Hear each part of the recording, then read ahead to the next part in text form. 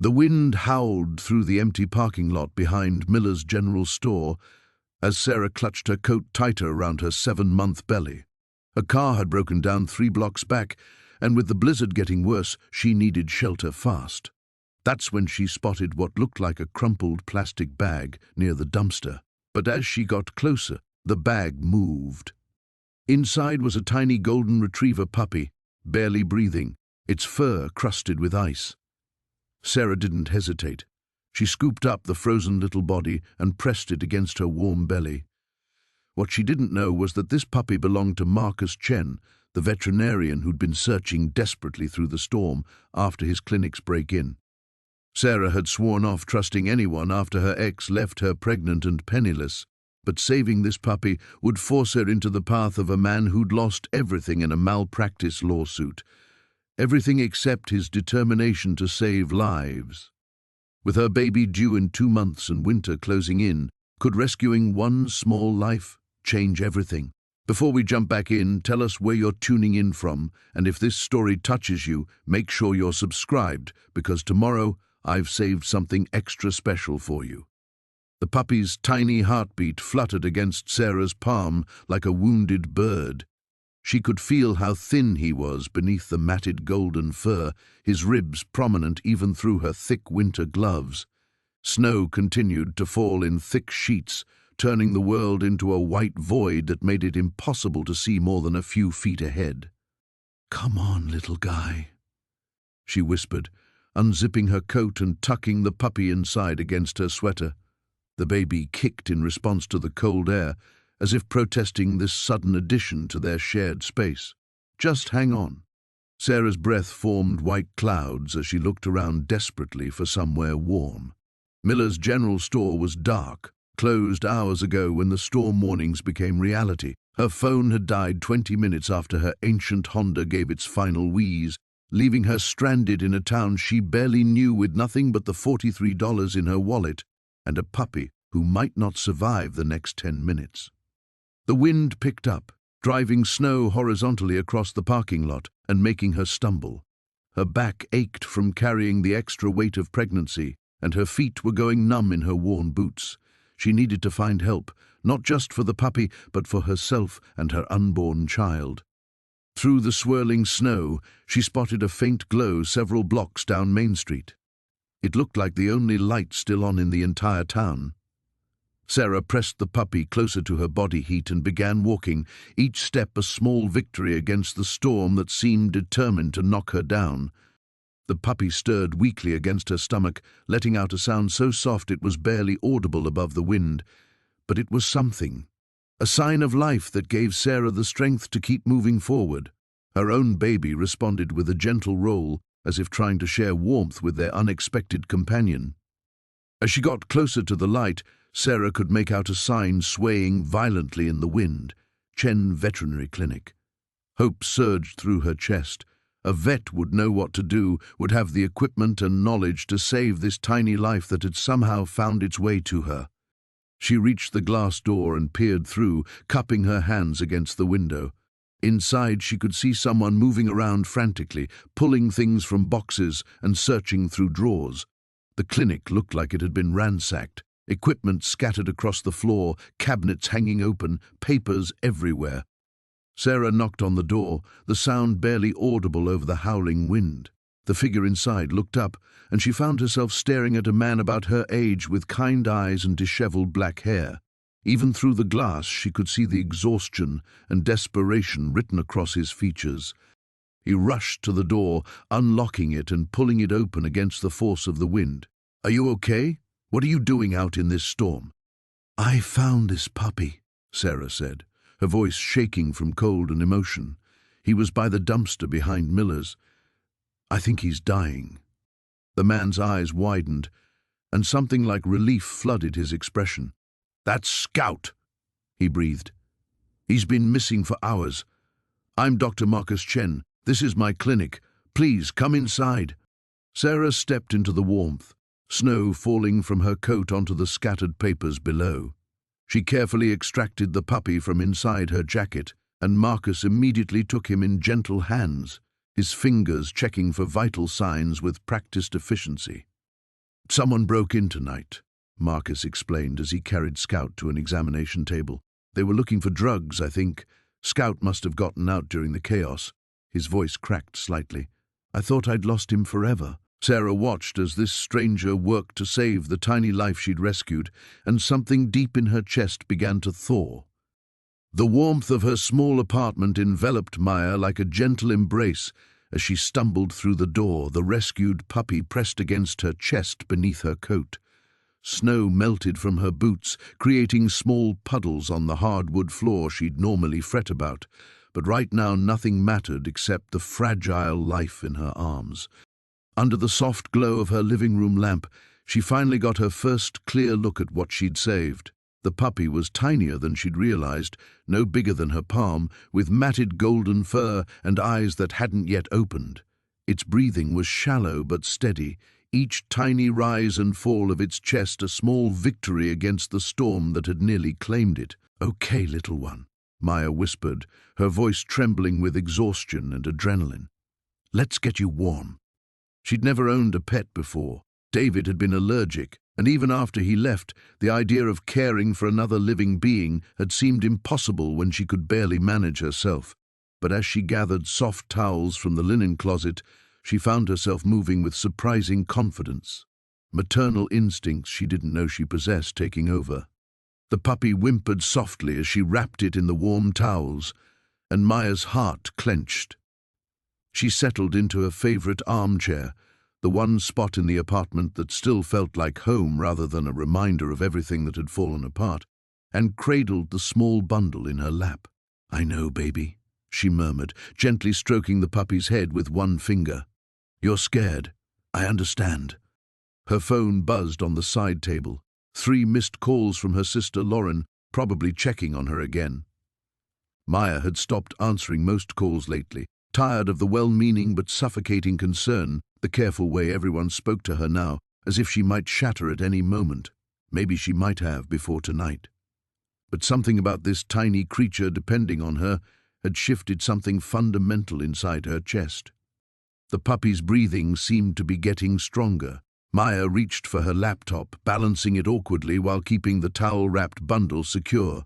Her internet search for caring for newborn puppies yielded an overwhelming flood of information, but she focused on the basics: warmth, feeding, stimulation for breathing and circulation. The feeding part worried her most. The puppy was clearly too young to be away from its mother, too young for solid food. Every article mentioned the same thing: newborn puppies needed their mother's milk, or at the very least puppy milk replacer fed through a bottle or syringe every 2 hours. Maya glanced at the clock. Nearly 10 p.m. The storm was still raging outside, wind howling against her windows with renewed fury. Even if the roads were passable, which they clearly weren't, no pet stores would be open. She chewed her lower lip, thinking there had to be something she could do, some way to keep this little life going until morning. Her hand moved unconsciously to her rounded belly, where her own baby stirred restlessly. 6 months along, and she still felt unprepared for motherhood, still woke up some mornings forgetting for a blissful moment that her entire life had changed. But holding this puppy, she felt something click into place, a fierce protectiveness that surprised her with its intensity. The puppy made a soft mewling sound, and Maya's heart melted completely. "I'm going to take care of you," she promised, surprised by the steadiness in her own voice. "I don't know how yet, but I will." She tried calling the emergency vet clinic across town, but the line was busy, probably flooded with storm-related emergencies. Her neighbor, Mrs. Chen, had mentioned having cats, but Maya barely knew her well enough to knock on her door at this hour, especially in a blizzard. Then she remembered something from her frantic internet search. Warm sugar water could provide temporary nutrition for a newborn puppy, just enough to sustain it until proper help arrived. It wasn't ideal, but it was better than nothing. Moving carefully, Maya made her way to the kitchen, the puppy still nestled against her. She mixed a small amount of warm water with sugar, testing the temperature against her wrist the way she'd seen mothers do with baby bottles in movies. The irony wasn't lost on her, practicing maternal care on a puppy she'd found in a blizzard. Using a clean eyedropper from her medicine cabinet, she managed to get a few drops of the mixture into the puppy's tiny mouth. It swallowed reflexively, and Maya felt a surge of hope so strong it made her dizzy. As she settled back into her chair, the puppy seemed more alert, its tiny head moving slightly at the sound of her voice. Outside, the storm continued its assault on the city, but inside, in the warm circle of lamplight, Maya felt something she hadn't experienced in months: purpose. This tiny, helpless creature needed her, and for the first time since David left, she felt truly capable of rising to meet someone's needs.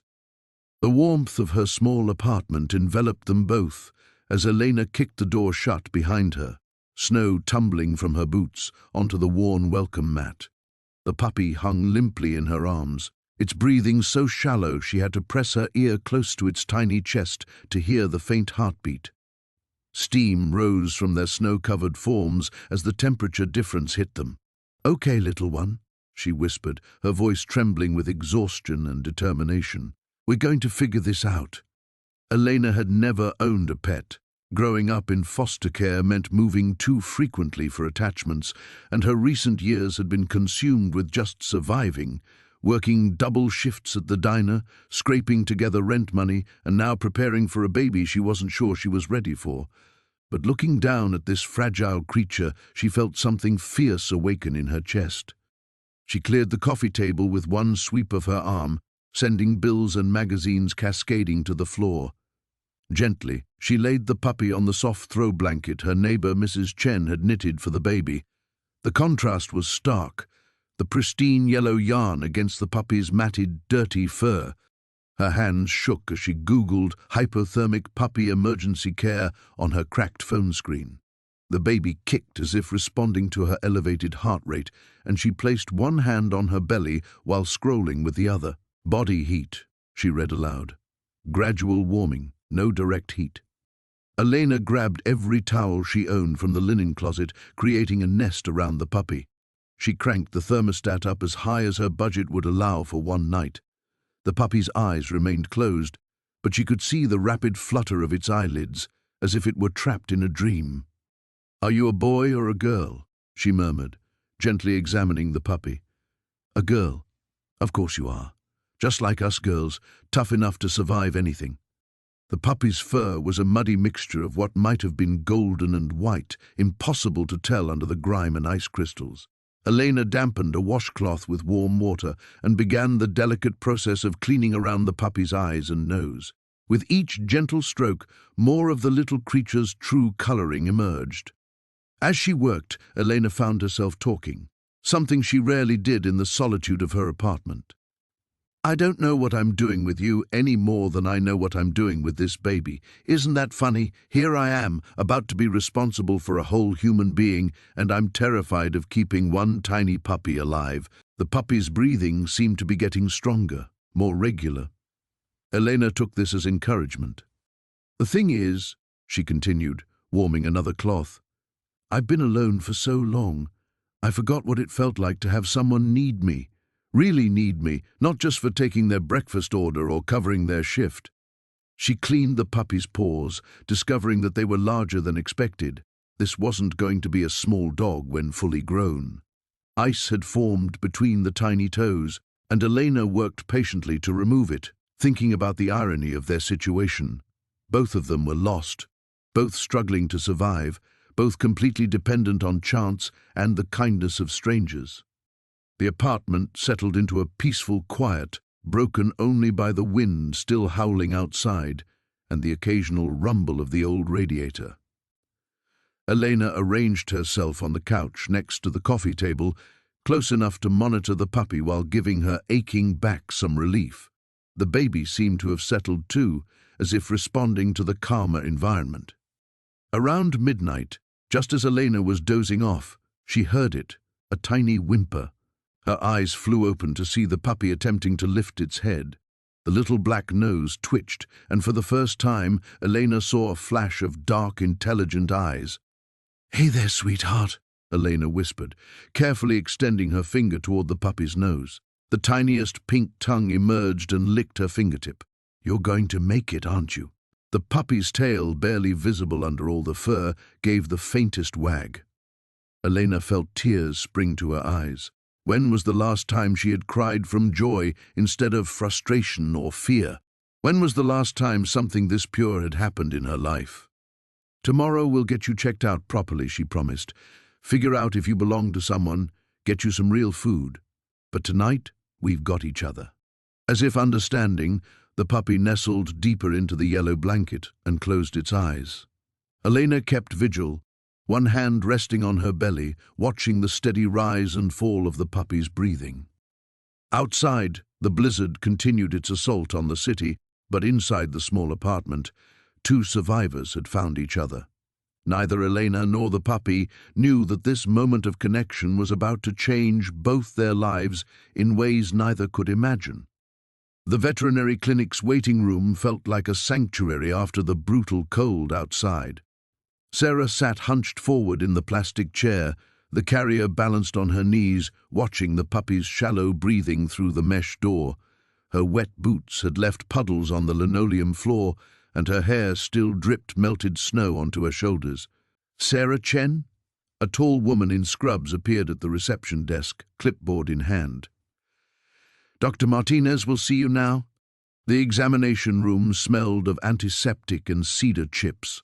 Dr. Martinez, a compact woman with kind eyes and steady hands, gently lifted the puppy from the carrier and placed him on the steel table. Under the bright lights, he looked even more fragile than Sarah had imagined, his ribs visible beneath matted fur, his eyes still sealed shut. "He's very young," Dr. Martinez murmured, running her hands over the tiny body. "Maybe 5 weeks old, hypothermic, definitely malnourished." She looked up at Sarah. "You found him outside? In this weather?" "Behind the dumpster at Murphy's Market. I almost didn't see him." Sarah's voice caught. "Is he going to make it?" The veterinarian was quiet for a moment, listening to the puppy's heart with her stethoscope. "It's touch and go. His body temperature is dangerously low, and he's severely dehydrated. We'll need to warm him gradually, get some fluids into him." She paused, studying Sarah's face. "I have to ask, are you prepared for the possibility that we might lose him?" Sarah's hand instinctively moved to her belly. The baby kicked, as if responding to her elevated heart rate. "I understand, but we have to try." "Of course we do." Dr. Martinez smiled. "Let me get him set up in our warming unit. The next few hours will be critical." As the veterinarian worked, Sarah found herself mesmerized by the puppy's tiny paws, the way his chest rose and fell with each labored breath. Something about his helplessness resonated deep in her core. Perhaps it was her own hormones, or the approaching reality of her own child's vulnerability, but she felt an unexpected surge of protectiveness. "What breed do you think he is?" she asked. "Hard to say at this age, but I'd guess some kind of shepherd mix. Maybe German shepherd and something smaller. He's got those distinctive markings starting to show through." Dr. Martinez adjusted the heat lamp above the warming bed. "Have you thought about what happens next? If he pulls through, he'll need round-the-clock care for at least a week." Sarah hadn't thought that far ahead. Her apartment didn't allow pets, and with the baby coming in 3 months, taking on a puppy seemed impossible. But looking at him now, so small and fighting for every breath, the practical concerns felt secondary. "I'll figure something out," she said. The clinic's front door chimed, and voices drifted from the waiting room. Sarah heard the receptionist explaining that they were running behind due to an emergency case. Normal life continuing while this tiny creature fought for his. Dr. Martinez inserted a small 4 catheter into the puppy's front leg, a procedure that looked almost comically delicate given his size. "There we go, little guy, this should help." She turned to Sarah. "I want to keep him overnight for monitoring. You should go home, get some rest. You look exhausted." Sarah realized she was exhausted. The adrenaline from the rescue was wearing off, leaving her drained and achy. Her back protested as she stood, and the baby seemed to be using her ribcage as a punching bag.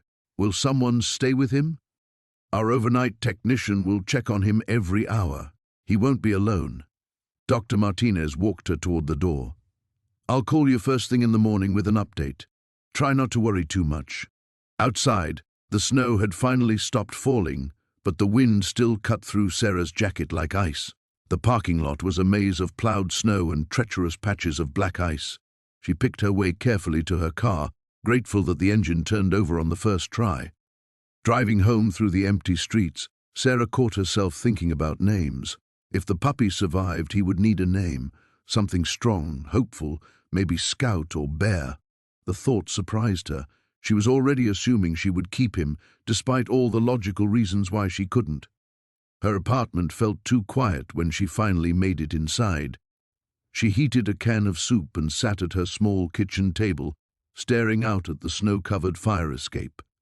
Somewhere across town, a puppy she'd known for less than 4 hours was fighting for his life, and she found herself sending up a prayer to whatever forces might be listening.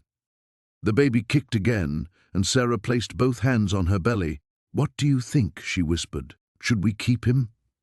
As if in response, she felt a gentle flutter, like agreement. For the first time in months, the loneliness that had become her constant companion felt a little less heavy. The warmth of the cabin enveloped Sarah like a gentle embrace as she pushed through the heavy wooden door, her arms cradling the barely breathing puppy against her chest. Snow tumbled from her coat onto the worn floorboards as she kicked the door shut behind her, sealing out the howling wind that had pursued her through the forest. "Hello?" she called out, her voice echoing through the dimly lit space. "Is anyone here?" The silence that greeted her was profound, broken only by the whistle of wind around the eaves and the soft crackle of dying embers in a stone fireplace. Sarah's eyes adjusted to the amber glow, revealing a space that seemed frozen in time. Hand-hewn beams stretched across the ceiling, and rough-carved furniture spoke of someone who valued function over form. But it was clean, well-maintained, and blessedly warm. The puppy whimpered against her chest, a sound so faint she felt it more than heard it. Sarah's maternal instincts kicked into overdrive, pushing aside her uncertainty about being in a stranger's home. This tiny life needed help, and everything else was secondary. She spotted a thick wool blanket draped over a leather armchair near the fireplace and gently wrapped the puppy in its folds. The little creature's breathing was shallow, its small body trembling despite the warmth. Sarah had never owned a dog, but her pregnancy had awakened something fierce and protective within her, an instinct that seemed to extend beyond her own unborn child to any vulnerable life in need. Moving to the fireplace, she found a neat stack of split logs beside the hearth and carefully fed the dying fire.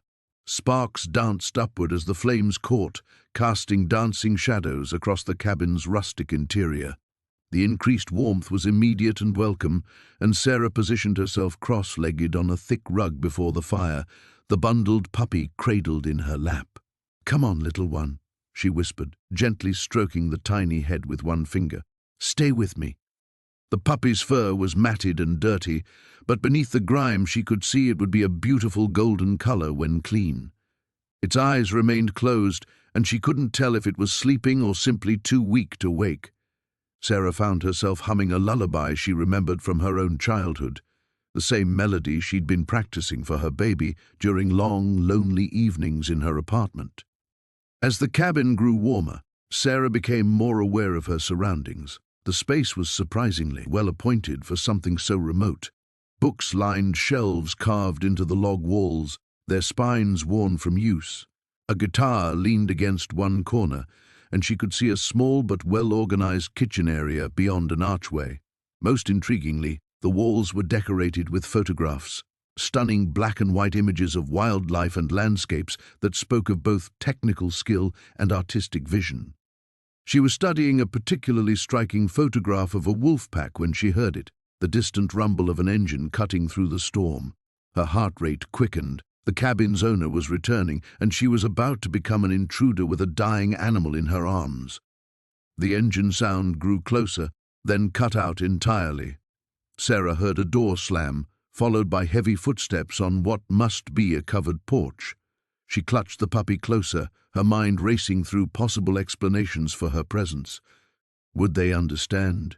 Would they help? Or would they see her as a threat? The front door opened with a rush of cold air and swirling snow, and Sarah looked up to see a figure silhouetted against the white chaos outside. Tall and broad-shouldered, the stranger paused in the doorway, clearly startled to find someone in their home. "Please," Sarah said quickly before they could speak. "I'm sorry for intruding, but I found this puppy in the snow and it's dying. I saw your light and—" The figure stepped inside, pulling back the hood of a heavy parka to reveal a man with dark hair and intense brown eyes. His beard was dusted with snow, and his face bore the weathered look of someone who spent considerable time outdoors. But what struck Sarah most was the immediate concern that flickered across his features when his gaze fell to the bundle in her arms. "How long has it been out there?" he asked, his voice deeper than she'd expected, but surprisingly gentle. He shed his outer gear with practiced efficiency, hanging his coat on a peg beside the door. "I don't know," Sarah admitted. "I found it maybe 20 minutes ago, buried in the snow. It's so cold, and I couldn't just leave it to die." The man crossed to her in 3 long strides, kneeling beside her without hesitation. "May I?" he asked, extending his hands toward the puppy. Sarah nodded, carefully transferring the small bundle to his capable hands. As their fingers brushed during the exchange, she felt an unexpected jolt of warmth that had nothing to do with the fire. The veterinary clinic's fluorescent lights buzzed overhead as Sarah cradled the small bundle against her chest. Dr. Martinez had worked for nearly an hour, his weathered hands moving with practiced precision as he cleaned wounds, administered fluids, and wrapped the puppy's injured leg. The tiny creature now breathed steadily, though still unconscious from the medication. "He's going to make it," Dr. Martinez said, pulling off his latex gloves. "Another hour in that storm, and we would have lost him. You saved his life." Sarah felt tears prick her eyes as she looked down at the sleeping puppy. His golden fur had been cleaned of ice and debris, revealing patches of white on his chest and paws. He couldn't be more than 8 weeks old. What kind of monster abandons a baby like this? "Unfortunately, I see it more often than I'd like." The veterinarian's expression darkened, especially during the holidays. People get puppies as gifts without thinking about the responsibility, then dump them when reality sets in. The clinic door chimed, and Sarah looked up to see a man stumbling through the entrance. Snow covered his dark hair and clung to his jacket, and his face was etched with exhaustion and something that looked like desperation. He was tall, probably in his early 30s, with the kind of rugged features that suggested he spent time outdoors. But it was his eyes that caught Sarah's attention. They held the same kind of pain she'd seen in her own mirror lately. "Excuse me," he said, his voice hoarse. "I'm looking for a puppy. Golden Retriever mix, about 8 weeks old. Someone called and said—" His words died as his gaze fell on the bundle in Sarah's arms. Dr. Martinez stepped forward. "Are you the owner?" The man's jaw tightened. "My ex-girlfriend took him when she left. I've been searching for 3 days. He looked at the puppy, then back at Sarah. "Is he okay?" Sarah found herself studying the stranger's face, noting the genuine relief and concern there. "He was hypothermic and injured, but Dr. Martinez says he'll recover." She hesitated, then asked, "What's his name?" "Charlie," the man's voice softened. "His name is Charlie." As if responding to the familiar sound, the puppy's eyes fluttered open. His tail gave a weak wag, and he whimpered softly. "Oh, thank God." The man stepped closer, his relief palpable. "I thought I'd lost him forever." Sarah felt an unexpected reluctance as she prepared to hand over the puppy. In the short time since finding him, she'd already grown attached. There was something about saving a life, even a small one, that had awakened feelings she'd thought were buried under months of grief and disappointment. "I'm Marcus, by the way," the man said, extending his hand. "Marcus Chen, and I owe you everything, Sarah." She shook his hand, noting the calluses that spoke of manual work. "I just happened to find him. In this storm. That wasn't just luck, that was a miracle." Marcus gently took Charlie from her arms, cradling the puppy with obvious experience. "Where did you find him?"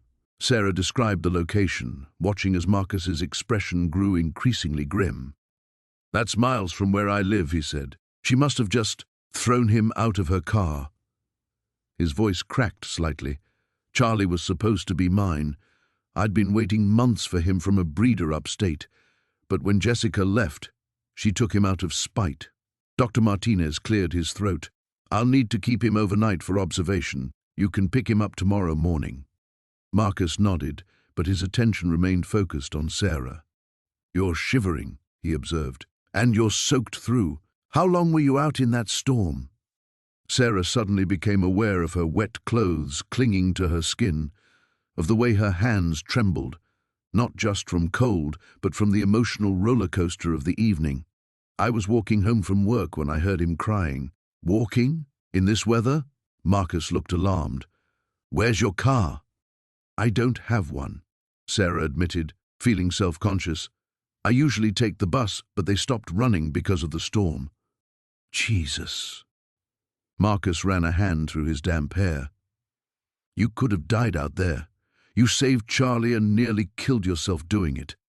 The weight of what she'd done, and what could have happened, suddenly hit Sarah.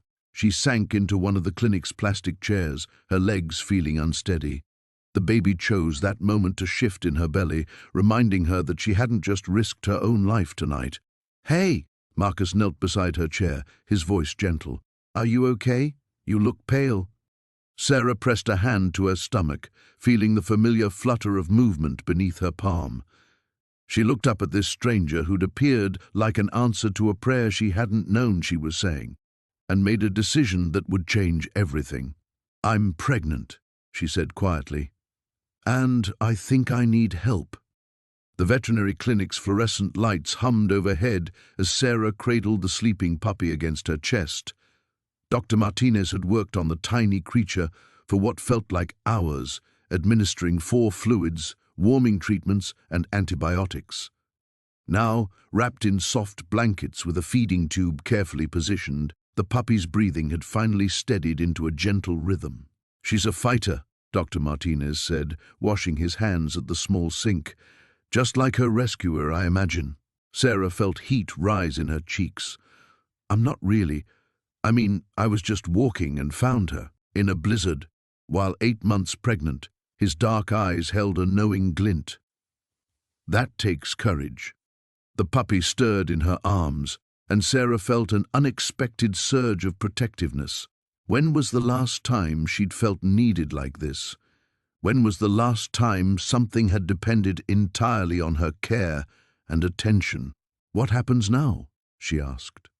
"She'll need round-the-clock monitoring for the next few days, feeding every 2 hours, temperature checks, medication." Dr. Martinez pulled off his latex gloves.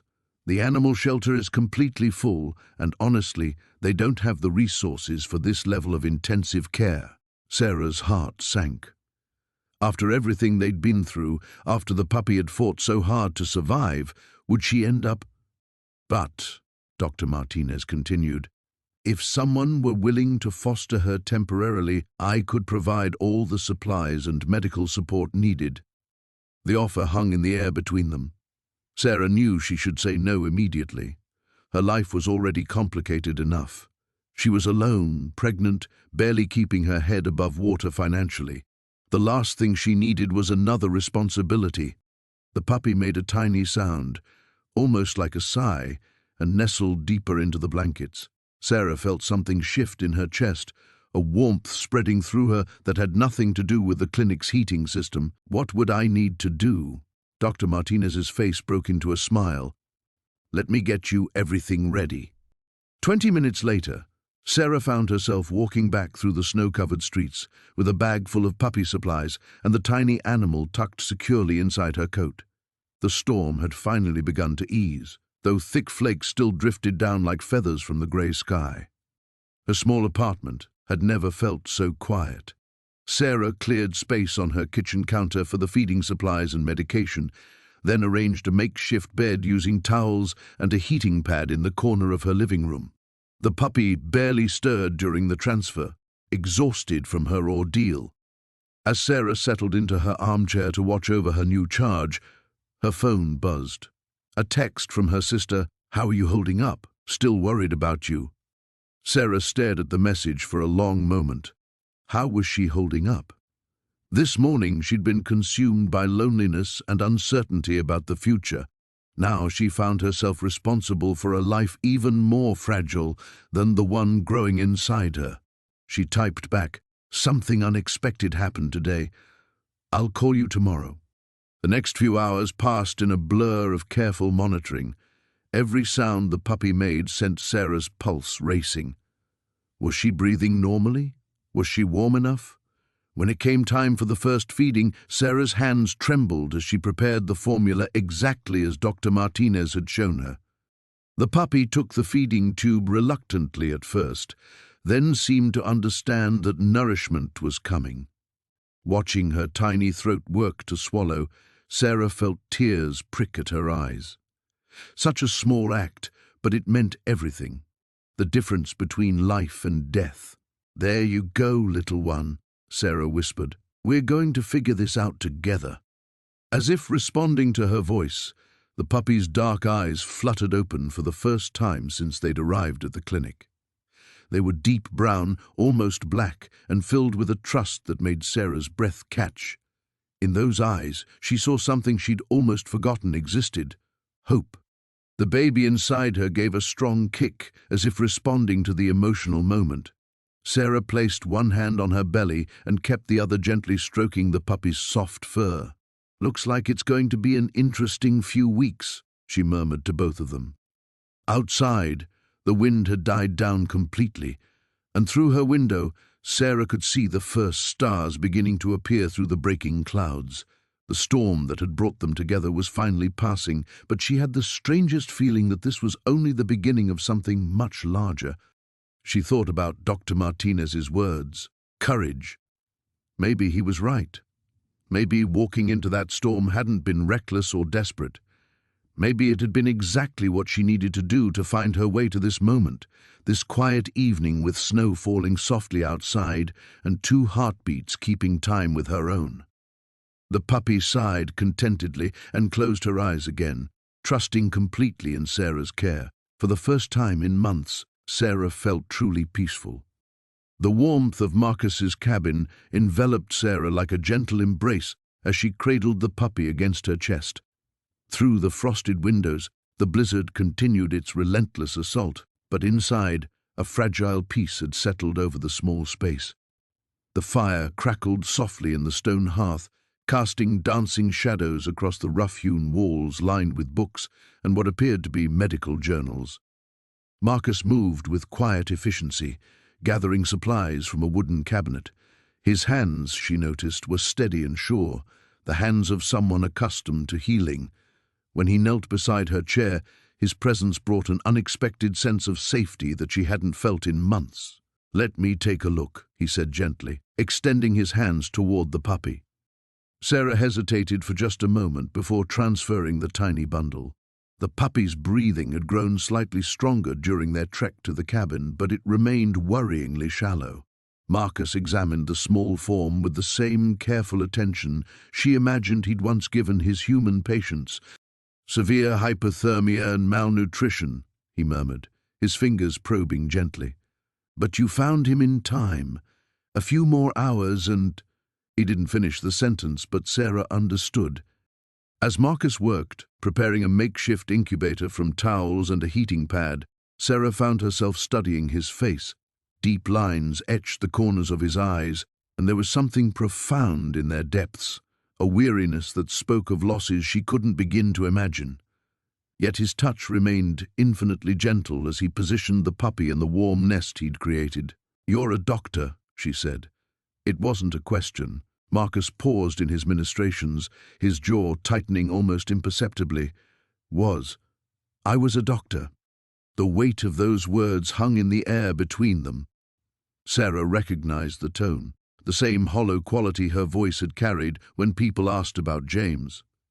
Some wounds ran too deep for simple explanations. "The puppy's lucky you were here," she said quietly. "We both were." Marcus glanced up at her, and for a moment their eyes met with an understanding that transcended words. Two people who had found themselves in the wilderness, each carrying burdens too heavy to bear alone. The baby chose that moment to shift restlessly in Sarah's womb, a firm kick against her ribs that made her catch her breath. Marcus noticed immediately, his medical instincts apparently intact despite whatever had driven him to this remote refuge. "When are you due?" he asked, settling into the chair across from her. 6 weeks. Sarah's hand moved instinctively to her belly. Maybe 7. I haven't been keeping track as carefully as I should. Something flickered across Marcus's features, concern mixed with what might have been pain. "You're alone?" The question carried no judgment, only a gentle inquiry that somehow made it easier to answer than it had been with anyone else who'd asked. "My husband died 4 months ago. Car accident." The words came out steadier than she'd expected. "James always said we'd have a cabin in the mountains someday, somewhere peaceful where we could raise our family." She gestured toward the window where snow continued to swirl. "I thought if I could find that place, maybe I could figure out how to do this without him." Marcus was quiet for a long moment, his gaze moving between Sarah and the puppy, who had begun to stir slightly in his warm cocoon. When he spoke, his voice was barely above a whisper. "I lost my family too. My wife and daughter. Medical malpractice suit that destroyed everything I thought I knew about myself." His hands clenched and unclenched in his lap. "I came here because I couldn't save them, couldn't save anyone anymore. Haven't touched a stethoscope in 2 years. Yet here he was, Sarah thought, saving a dying puppy with the same skill and compassion that had undoubtedly made him a gifted physician. Sometimes the heart remembered what the mind tried to forget. "But you saved him," she said, nodding toward the puppy, whose breathing had visibly improved. "We saved him," Marcus corrected. "You're the one who found him, who refused to let him die in the snow." Outside, the wind howled with renewed fury, rattling the cabin's windows and reminding them both of the storm that had brought them together. The puppy made a small sound, not quite a whimper, but something stronger. Hope, perhaps. Sarah felt another movement from her baby, gentler this time, as if responding to the warmth and safety of the cabin. For the first time in months, the overwhelming weight of her grief seemed to shift slightly, making room for something else. Not happiness, she wasn't ready for that yet, but possibility. Marcus reached over and adjusted the puppy's blanket, his movements careful and practiced. In the firelight, the harsh lines of his face softened slightly, revealing traces of the healer he'd once been. "The storm should pass by morning," he said quietly, "but you're both welcome to stay as long as you need." The warmth of Marcus's cabin enveloped Sarah like a gentle embrace, but her mind remained sharp with purpose. Luna had grown stronger over the past few days, her tiny body filling out as she eagerly nursed from the makeshift bottles Marcus had crafted. The puppy's eyes had opened fully now, revealing bright amber orbs that seemed to hold an old soul's wisdom. Sarah sat by the crackling fireplace, Luna curled in her lap, one hand absently stroking the puppy's now fluffy coat, while the other rested on her growing belly. The baby had been unusually active today, as if responding to Luna's playful energy. She wondered if her unborn child could somehow sense the life they'd saved, creating an invisible bond that transcended the womb.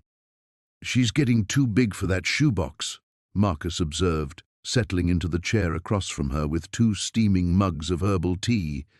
His beard had grown fuller during their time together, and Sarah noticed how the firelight caught the silver threads she hadn't seen before. There was something comforting about his steady presence, something that made the chaos of her previous life feel like a distant storm. "I know, but she seems to love it in there." Sarah smiled as Luna stretched, her tiny paws reaching toward Sarah's face. "It's like her own little sanctuary." Marcus leaned forward, his expression growing thoughtful. "Speaking of sanctuaries, the radio finally picked up a clear signal today. The main road should be passable by tomorrow, maybe the day after." The words hung in the air between them like smoke from the fire. Sarah felt something twist in her chest, not the baby this time, but something deeper. The thought of leaving this haven, this unexpected peace she'd found, filled her with an anxiety she couldn't name. "That's wonderful news," she said, though her voice lacked conviction. "Is it?" Marcus's blue eyes searched her face. "Sarah, I need to ask you something, and I want you to be honest with me." She nodded, though her heart began to race. "Where exactly were you planning to go when you got caught in that storm? Because in all our conversations, you've never mentioned a destination, just that you were leaving." The question she'd been dreading finally surfaced. Sarah looked down at Luna, drawing strength from the puppy's trusting warmth. "I didn't have one," she admitted quietly. "A destination, I mean. I was just running." "From what?" The gentleness in his voice nearly broke her resolve to keep her secrets buried. But something about this man, about the way he'd welcomed both her and Luna without question, made her want to try honesty for once. "From a life that wasn't mine," she began slowly. "From a husband who saw me as a trophy to be displayed and controlled. From a world where everything was planned and scheduled and suffocating." She paused, her hand moving protectively over her belly. "When I found out about the baby, David immediately started making plans. The best schools, the right nanny, the perfect nursery designed by some famous interior designer. He never once asked what I wanted." Marcus remained silent, but she could see the understanding in his eyes. "The night I left, we had this fight. He'd already enrolled our unborn child in some exclusive preschool that has a waiting list longer than most college applications. When I suggested maybe we should wait until the baby was actually born before making such decisions, he looked at me like I was insane. He said planning was what successful people did, that leaving things to chance was for—" She trailed off, the memory still stinging. "For what?" "People like my mother." Sarah's voice cracked slightly. "She was a dreamer, an artist. She believed in following your heart, in finding magic in small moments. David always said those qualities were what kept her poor and unhappy." Luna stirred in her lap, making small contented sounds that seemed to anchor Sarah to the present moment. "But she wasn't unhappy," Sarah continued, strength returning to her voice. "She was the happiest person I knew, even when we had very little. She taught me that the most important things in life can't be planned or controlled, they just happen. Like finding Luna in that snow pile, like ending up here with you." Marcus was quiet for a long moment, staring into the fire.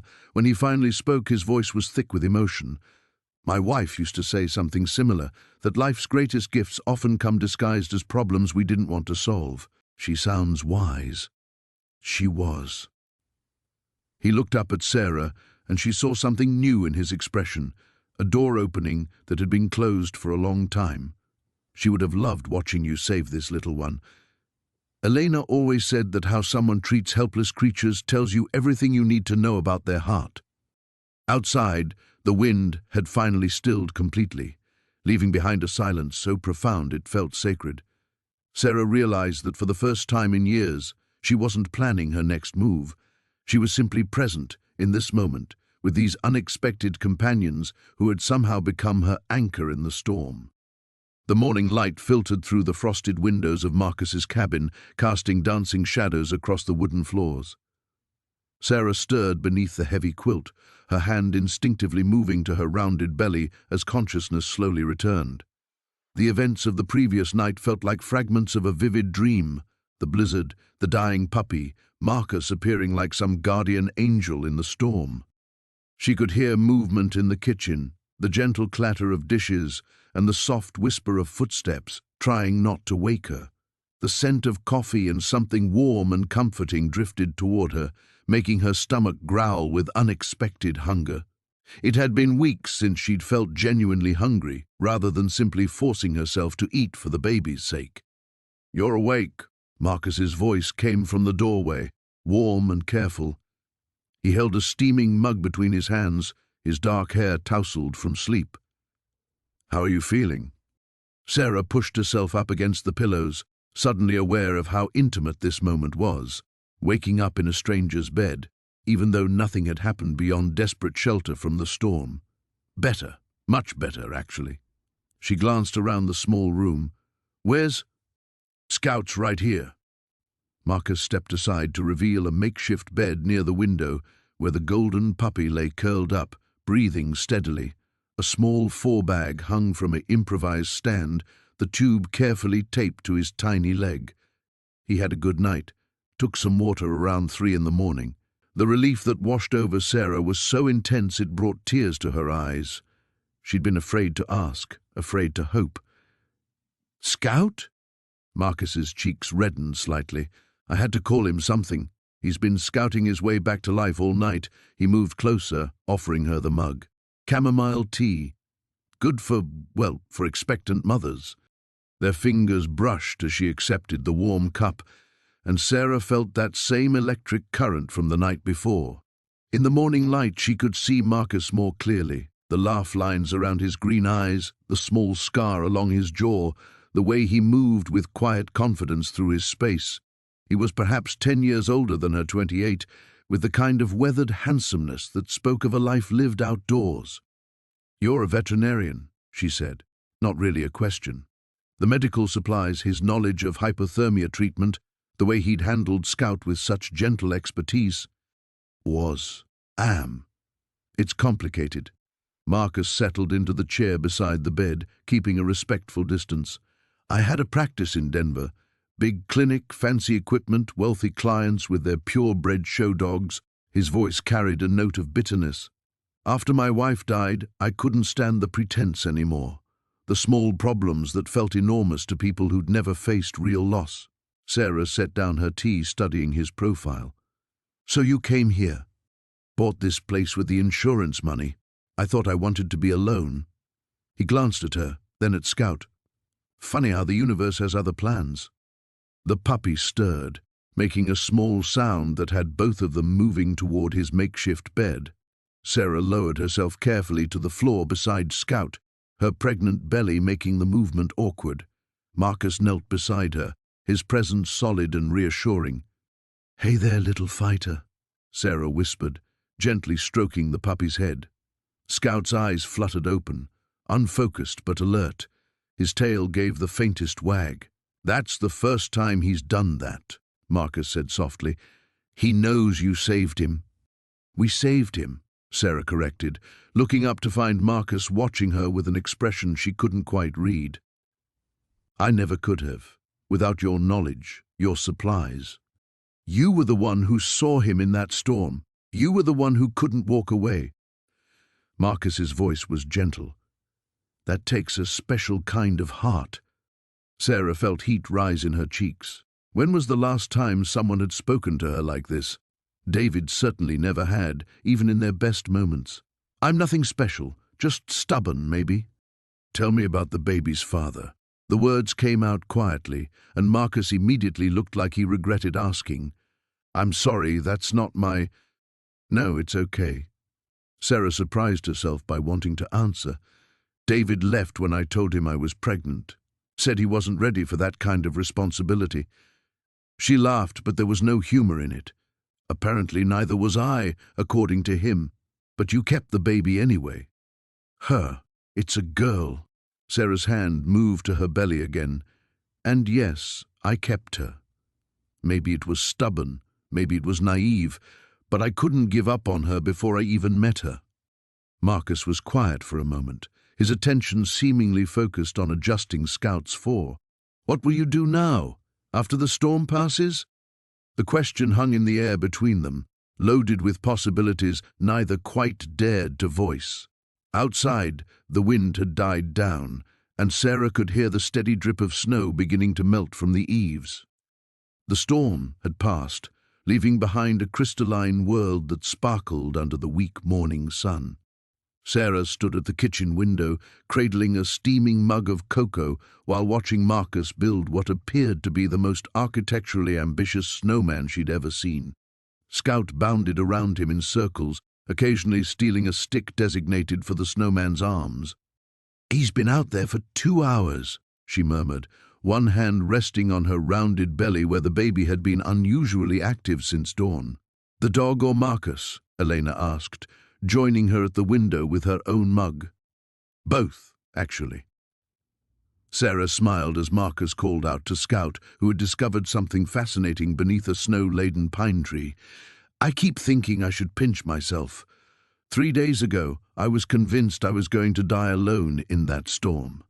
Elena's expression grew thoughtful. "You know, Marcus hasn't stopped smiling since you both arrived. I haven't seen him like this since—" She paused, choosing her words carefully. "Well, in a very long time." Before Sarah could respond, the kitchen door burst open, bringing with it a rush of cold air, and Marcus, his cheeks red from the cold and his eyes bright with excitement.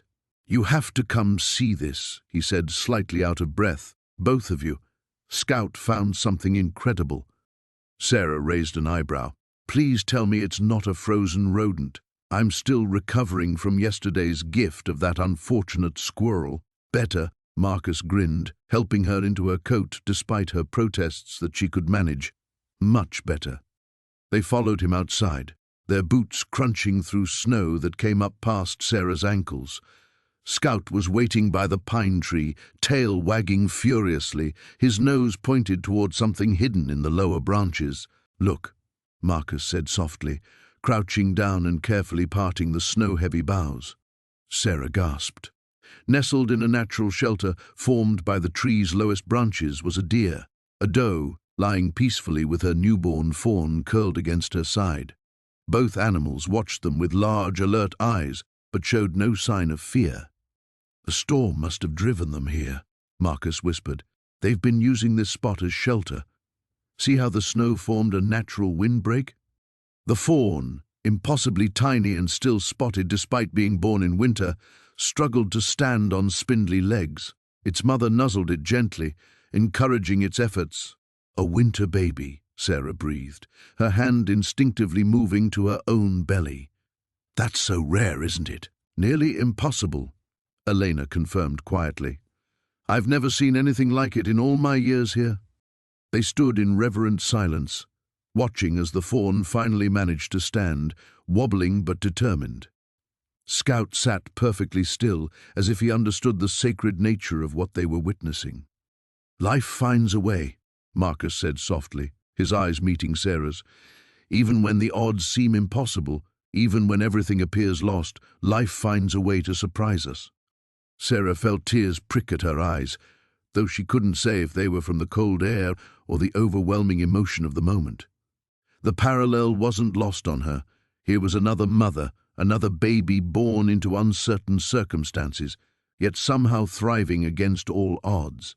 "What should we do?" she asked. "Should we leave food? Call someone?" "We watch and wait," Elena said. "They know what they're doing better than we do, but we can keep an eye on them, make sure they're safe." As if sensing their conversation was about her, the doe stood gracefully and began leading her fawn deeper into the woods. They moved slowly, the mother pausing frequently to let her baby catch up. Within moments, they had disappeared into the forest, leaving only tracks in the snow as evidence they had been there at all. "Will they be okay?" Sarah asked, still staring at the spot where they'd vanished. "They will," Marcus assured her. "They're survivors, both of them."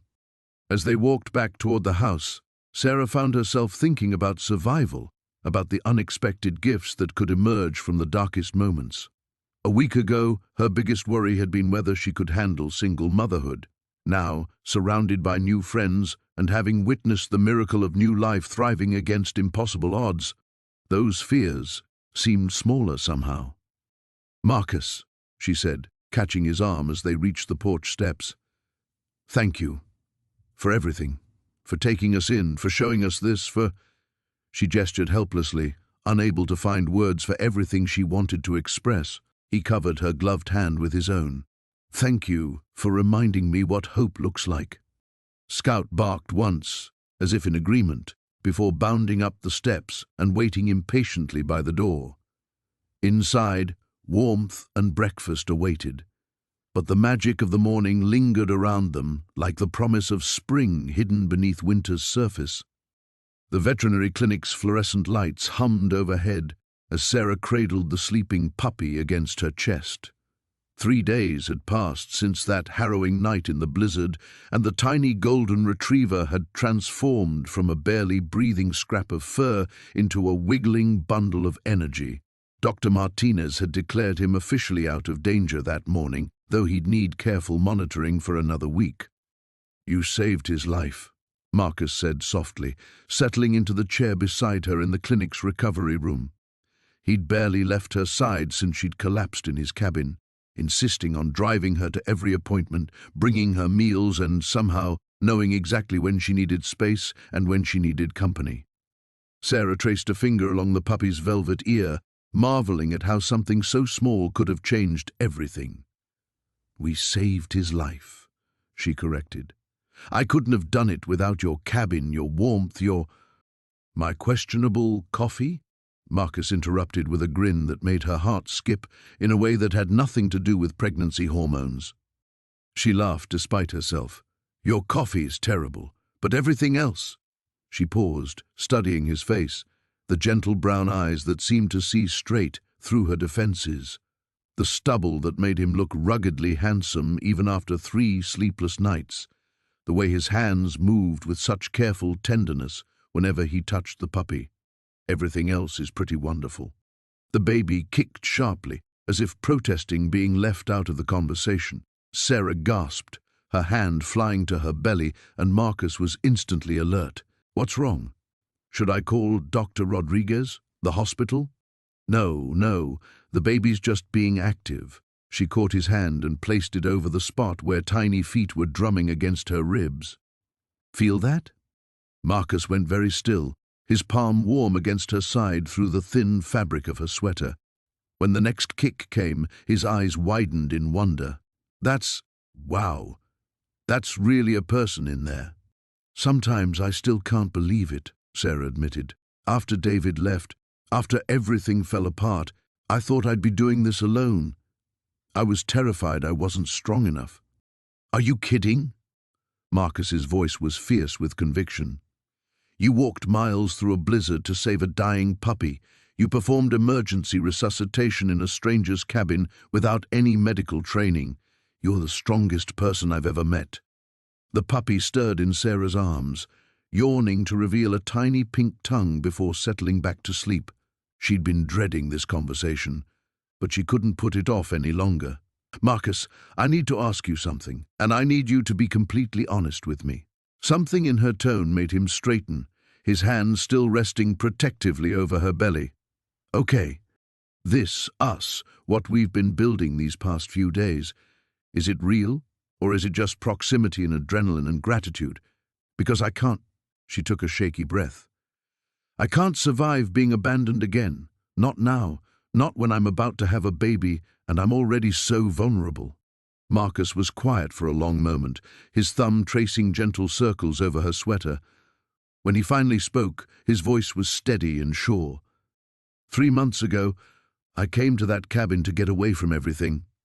I'd just ended an engagement because I realized I was settling for someone I didn't really love, someone who didn't really love me either. I thought I was done with relationships, done with trying to build something meaningful with another person. Sarah's heart began to sink, but Marcus continued. "Then this crazy pregnant woman showed up at my door in the middle of a blizzard, half frozen and completely determined to save a puppy that any rational person would have assumed was already dead. And I watched you breathe life back into this little guy, watched you refuse to give up even when everything seemed hopeless." He cupped her face with his free hand. "That's when I knew." "Knew what?" "That I'd been waiting my whole life to meet someone exactly like you. Someone brave enough to fight for what matters, kind enough to risk everything for a stranger, stubborn enough to march into a blizzard because your heart told you to." His thumb brushed across her cheekbone. "Sarah, I'm not going anywhere. Not tomorrow, not next month, not when the baby comes. If you'll have me, I want to be part of this, all of it." The puppy chose that moment to wake up completely, scrambling up to lick Sarah's chin with enthusiastic puppy kisses. She laughed, tears streaming down her cheeks as Marcus gently scratched behind the little dog's ears. "I think that's a yes from our chaperone," she managed through her tears. "Is that a yes from you too?" Instead of answering with words, Sarah leaned forward and kissed him, tasting promise and hope and the beginning of something beautiful. The puppy wiggled between them, tail wagging frantically, as if he knew he'd somehow orchestrated this entire miracle. The veterinary clinic's fluorescent lights hummed softly as Sarah sat in the uncomfortable plastic chair, one hand resting on her growing belly while the other absently stroked Luna's fur. The puppy had recovered remarkably over the past 2 weeks, transforming from the near-lifeless creature she'd found in the snow to a playful ball of energy that seemed determined to explore every corner of Marcus's cabin. Dr. Peterson emerged from the examination room, clipboard in hand, and a smile creasing his weathered face. "Luna's looking perfect," he announced, removing his glasses to clean them. "Whatever you two have been doing, keep it up. She's gained another pound and all her vitals are excellent." Marcus appeared beside Sarah, his hand finding her shoulder with the natural ease that had developed between them. "That's wonderful news," he said, though Sarah caught the slight tension in his voice that had been present all morning. As they walked back to Marcus's truck with Luna bouncing excitedly on her new leash, Sarah finally addressed the elephant that had been following them around for days. "You've been quiet today. More quiet than usual, I mean." Marcus helped her into the passenger seat before responding, his movements careful and deliberate.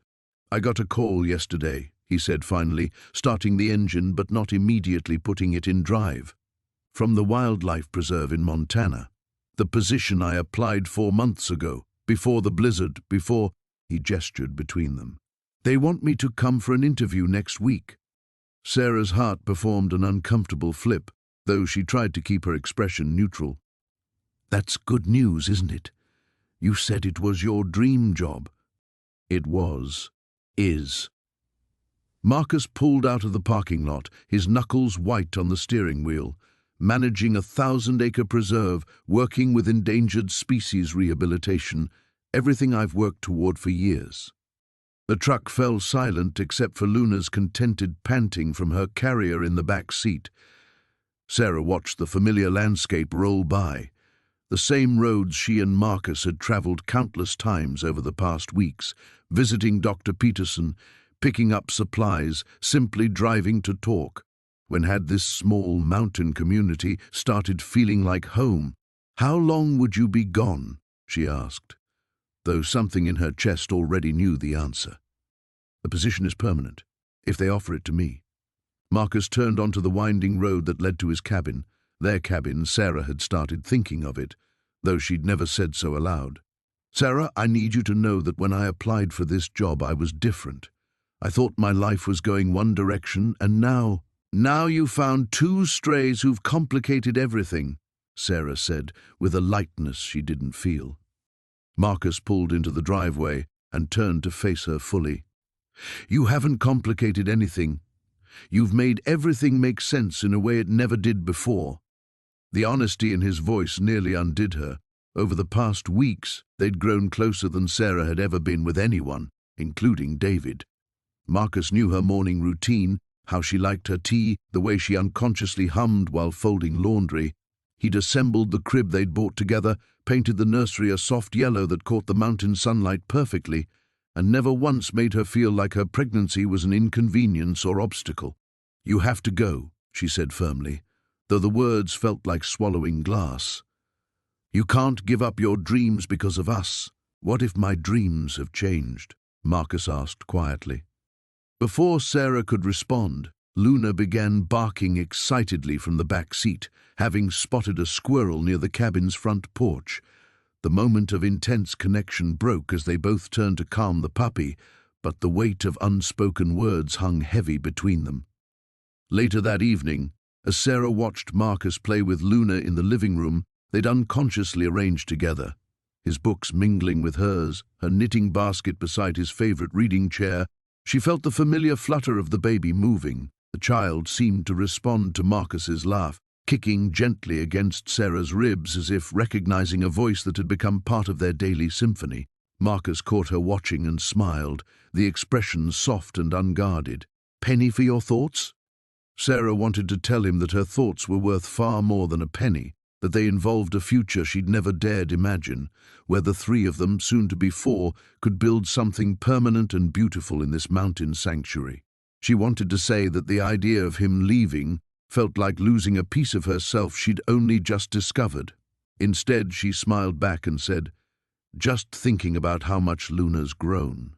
But as Marcus's eyes held hers across the warm, lamplit room, Sarah suspected he understood everything she hadn't said. The question was whether understanding would be enough when the time came to choose. The veterinary clinic buzzed with quiet efficiency as Sarah cradled Luna against her chest, feeling the puppy's steady heartbeat through the soft blanket. 3 weeks had passed since that night in the blizzard, and Luna had transformed from a near-death scrap of fur into a vibrant, if still tiny, bundle of energy. Today marked her final checkup before the official adoption papers could be signed. "She's remarkable," Dr. Martinez said, gently examining Luna's eyes with a small light. "I've rarely seen such a complete recovery. Whatever you've been doing, keep it up." Sarah smiled, unconsciously placing her free hand on her rounded belly where her daughter seemed to be doing somersaults. At 7 months pregnant, every movement felt amplified, but she'd grown accustomed to the constant reminder of the life growing inside her. She's been the perfect patient, and the perfect companion.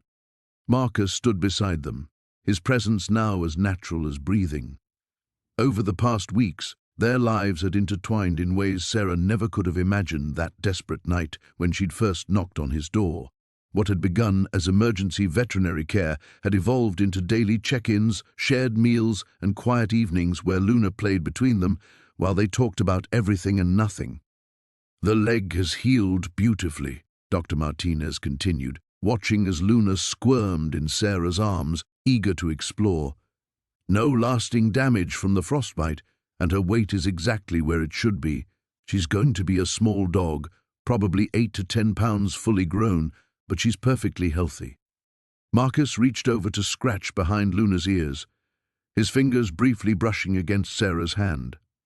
The contact sent familiar warmth through her, the same feeling she'd been trying to understand for weeks.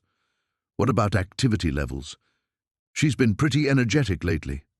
"That's exactly what we want to see. Short walks are fine, plenty of playtime, just use common sense. She'll let you know when she needs rest." Dr. Martinez smiled at Sarah. "How are you feeling? I know caring for a puppy while pregnant can be exhausting." "Actually, she's been wonderful for me. Having someone to care for, a routine to maintain, it's kept me grounded." Sarah glanced at Marcus. "And I haven't been doing it alone." The admission hung in the air between them, acknowledging something neither had spoken aloud.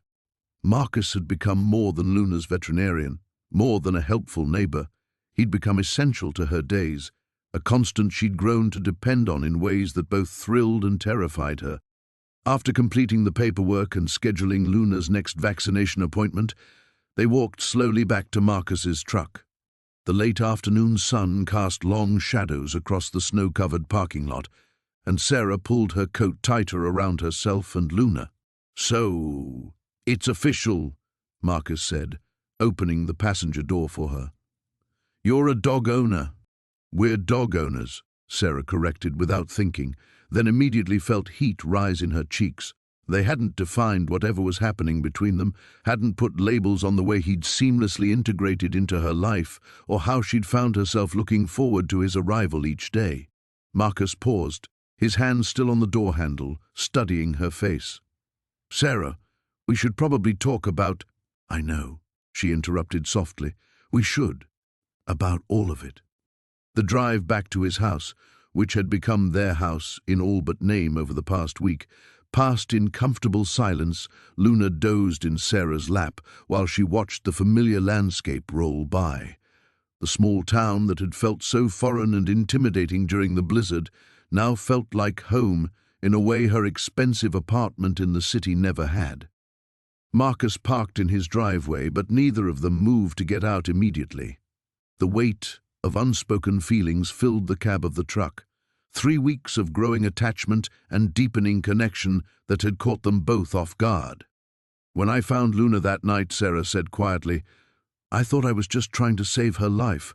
I had no idea she was going to save mine too." "How do you mean?"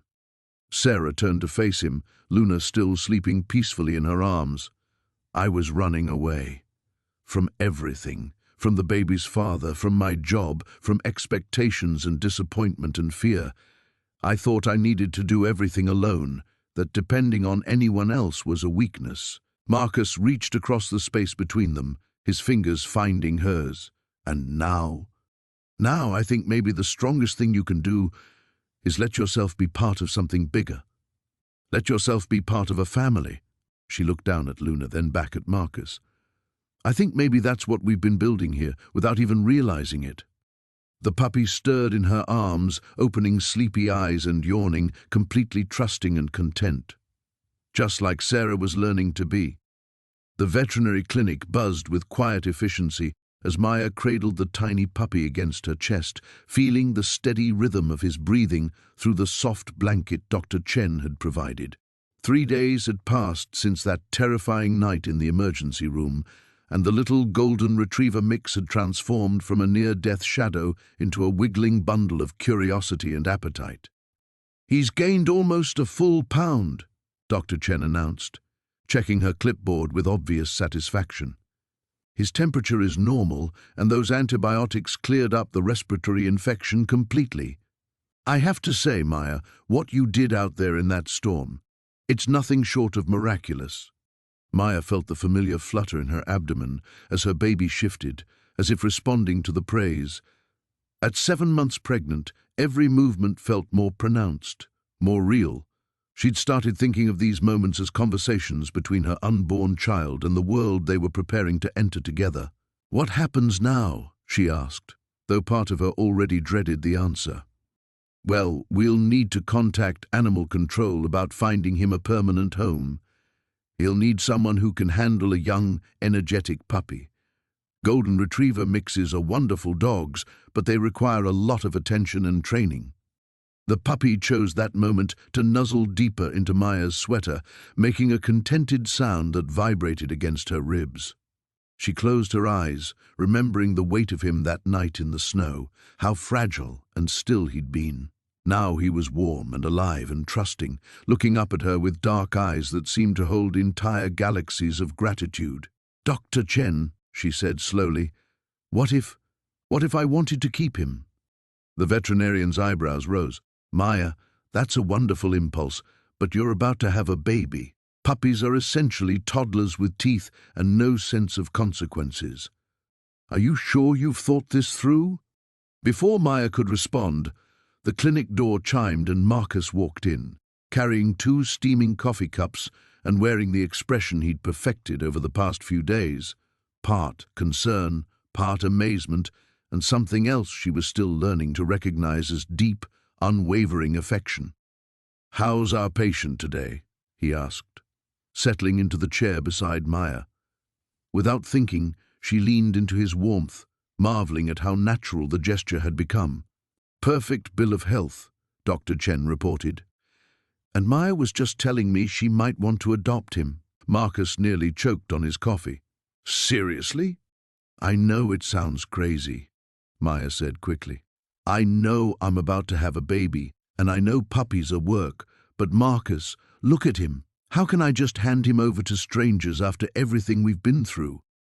The puppy, as if sensing he was the topic of conversation, stretched up to lick Maya's chin with his tiny pink tongue. Marcus laughed, reaching over to scratch behind the dog's ears. "He is pretty irresistible," Marcus admitted, "and he did literally bring us together." Dr. Chen looked between them with growing understanding. "Is there something I should know about you two?" Maya felt heat rise in her cheeks. Over the past week, she and Marcus had spent hours together, in hospital waiting rooms, walking through her neighborhood as she regained her strength, sharing quiet dinners where conversation flowed as easily as breathing, but they hadn't exactly defined what was happening between them. "We're figuring it out," Marcus said simply, and the honesty in his voice made Maya's heart skip. "Well, in that case," Dr. Chen said with a knowing smile, "let me tell you what raising a puppy with a newborn really entails. For the next 20 minutes, she walked them through feeding schedules, house training, vaccination timelines, and the importance of early socialization. Maya listened carefully, asking questions about baby gates and safe toys, and how to introduce a dog to an infant. The biggest thing, Dr. Chen concluded, is making sure you have support. Puppies need consistency, and new mothers need rest. You can't do it alone. She won't be alone, Marcus said quietly, and something in his tone made both women look at him. I mean, if that's what Maya wants, I'd like to help. With everything. The puppy had fallen asleep in Maya's arms, his small body completely relaxed and trusting. She thought about her empty apartment, about the nursery she'd been preparing in solitude, about all the moments she'd imagined facing as a single mother.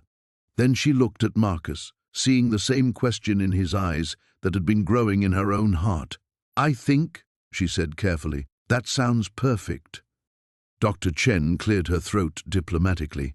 Well then, let me get the adoption papers started, and I'll need to schedule his next round of vaccinations. What are you going to name him? Maya looked down at the sleeping puppy, then at Marcus, then back to the tiny creature who had somehow managed to save her life while she was saving his.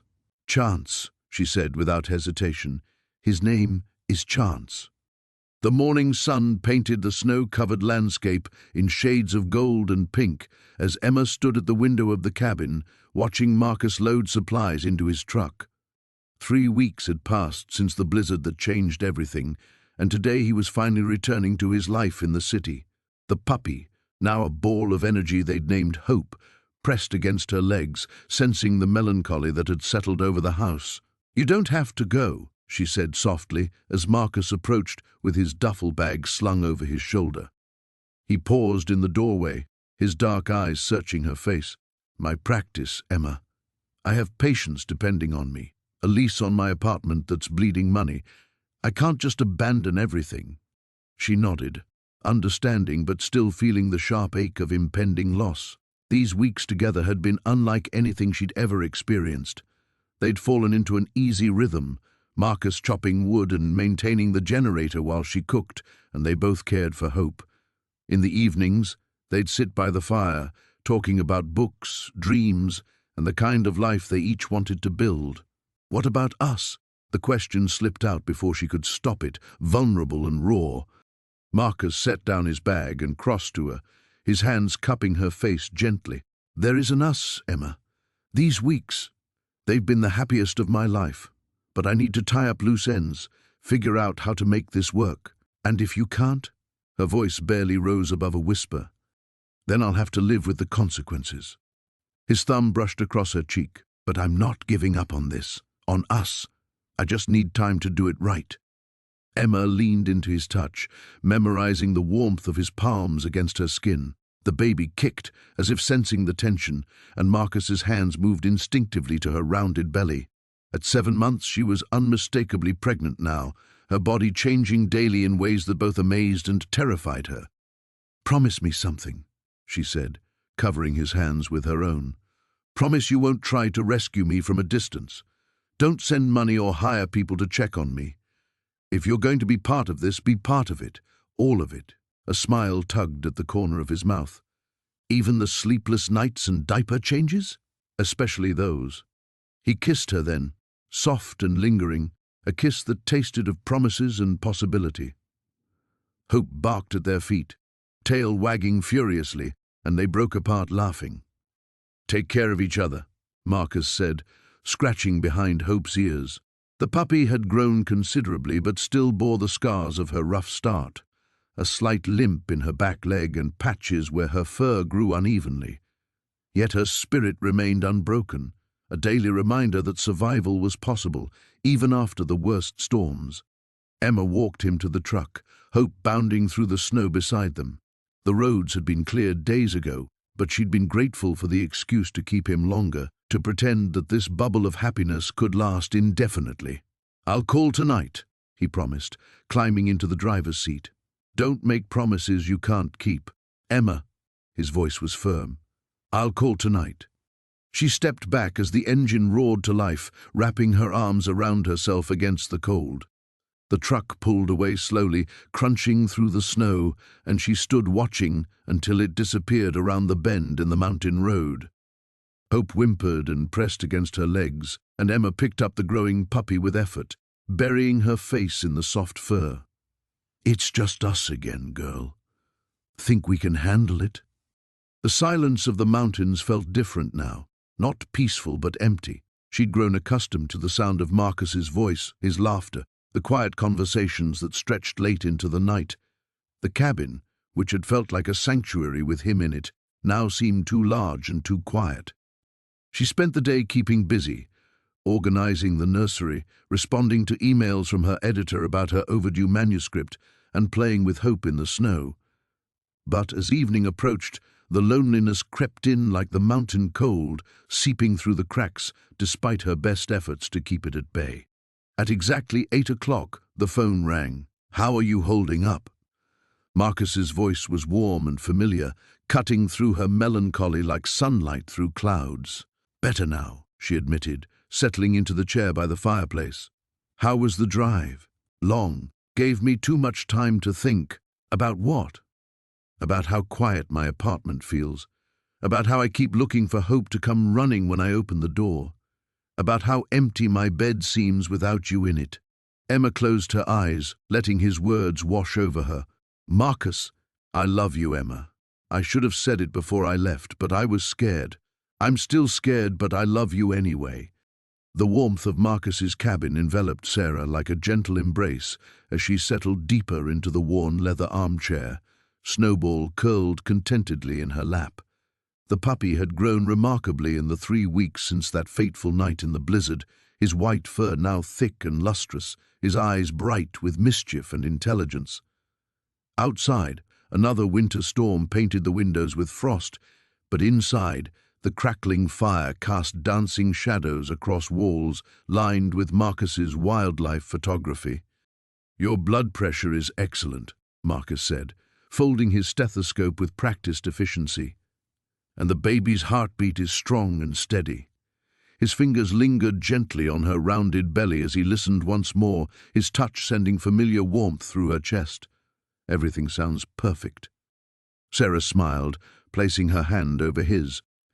In the weeks following her rescue, Marcus had insisted on monitoring both her and the baby's health, driving the treacherous mountain roads to check on them every few days. What had begun as medical necessity had evolved into something neither of them had expected to find again, a connection that transcended their shared trauma and grew into something profound and healing.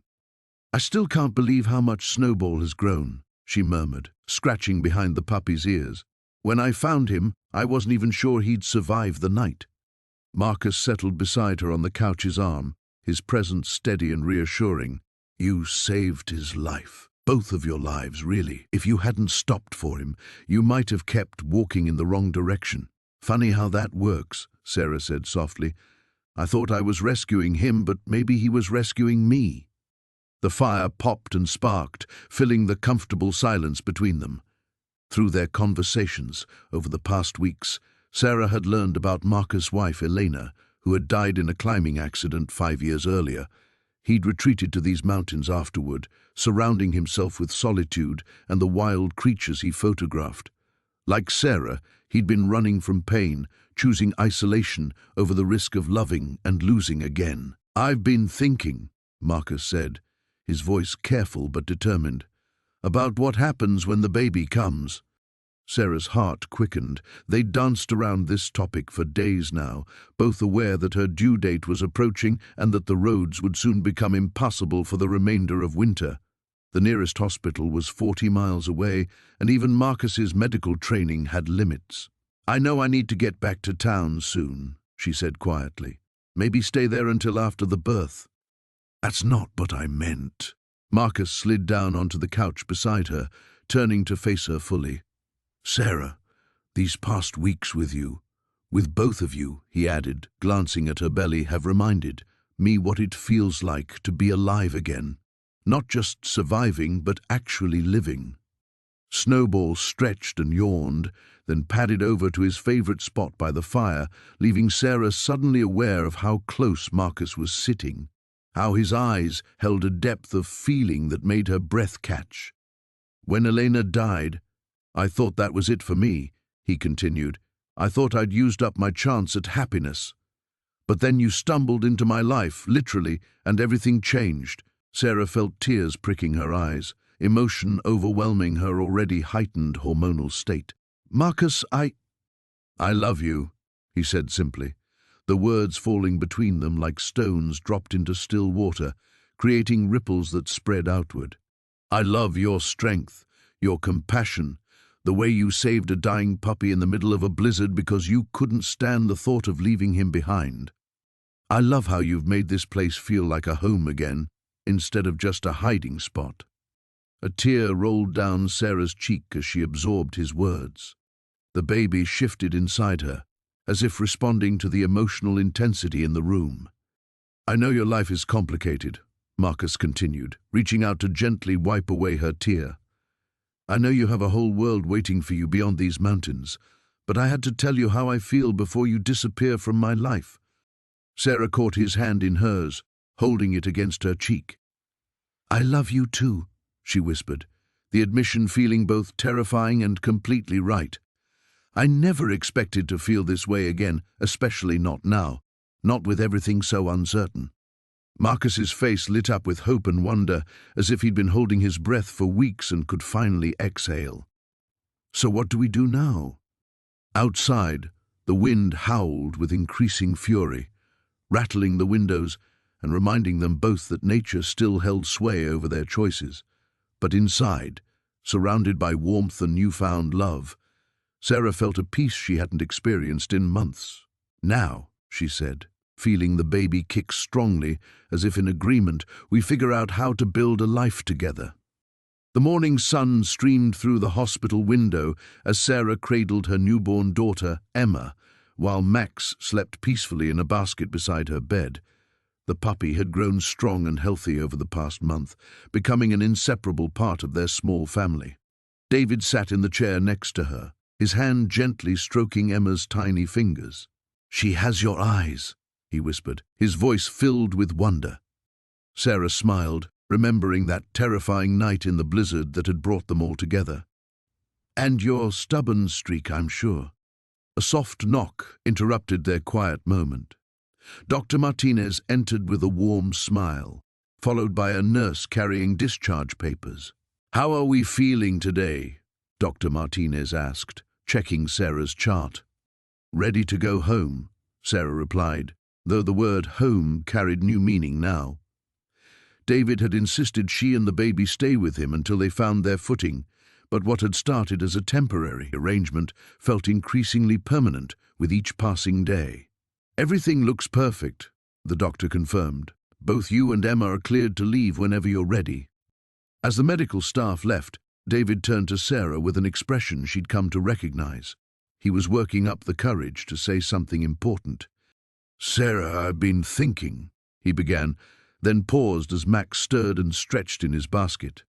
The puppy had become their little ambassador, somehow sensing when moments needed his gentle presence. "About what?" Sarah prompted, adjusting Emma's blanket. David stood and walked to the window, looking out at the city where snow was beginning to fall again. Gentle flakes this time, not the angry storm that had nearly taken everything from them. "About us, about what this means." He turned back to face her. "A month ago, I was a man who'd given up on connection, on family, on love. I'd convinced myself that solitude was enough, that helping others from a distance was all I could offer." Sarah's heart began to race as she sensed the weight of his words. "That night in the storm, when I found you and Max, I thought I was just saving 2 lives. I didn't realize you were saving mine too." His voice grew stronger, more certain. "These past weeks, watching you recover, helping care for Emma, learning who you really are. Sarah, you've shown me that families aren't just born, they're chosen." He moved closer to the bed, reaching down to touch Emma's cheek before meeting Sarah's eyes. "I know this is complicated. I know we've only known each other for a month, and that month has been extraordinary circumstances. But I also know that what I feel for you, for Emma, for the family we've accidentally created, it's real." Sarah felt tears building as David continued.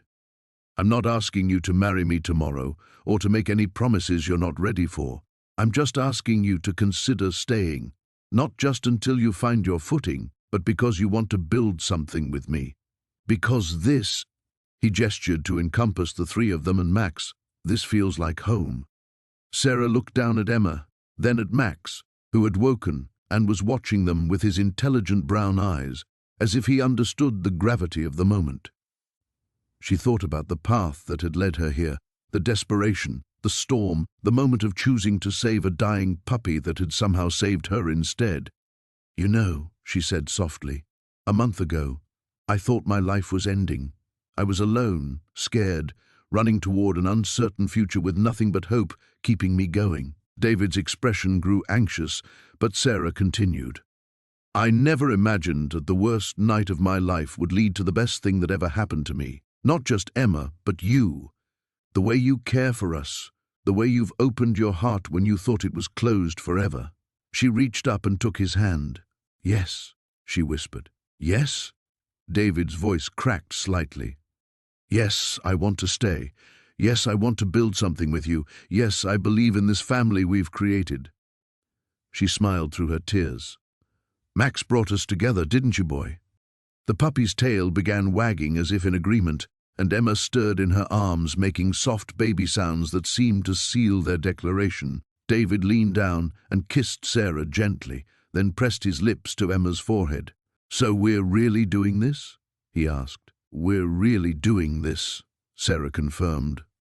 As they prepared to leave the hospital together, their chosen family complete with baby, puppy, and hearts full of unexpected love, Sarah marveled at how the smallest act of kindness had created the biggest miracle of all.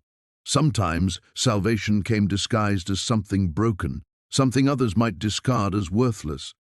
But love had a way of revealing the truth, that every life had value, every moment held possibility, and every ending could become a beautiful beginning.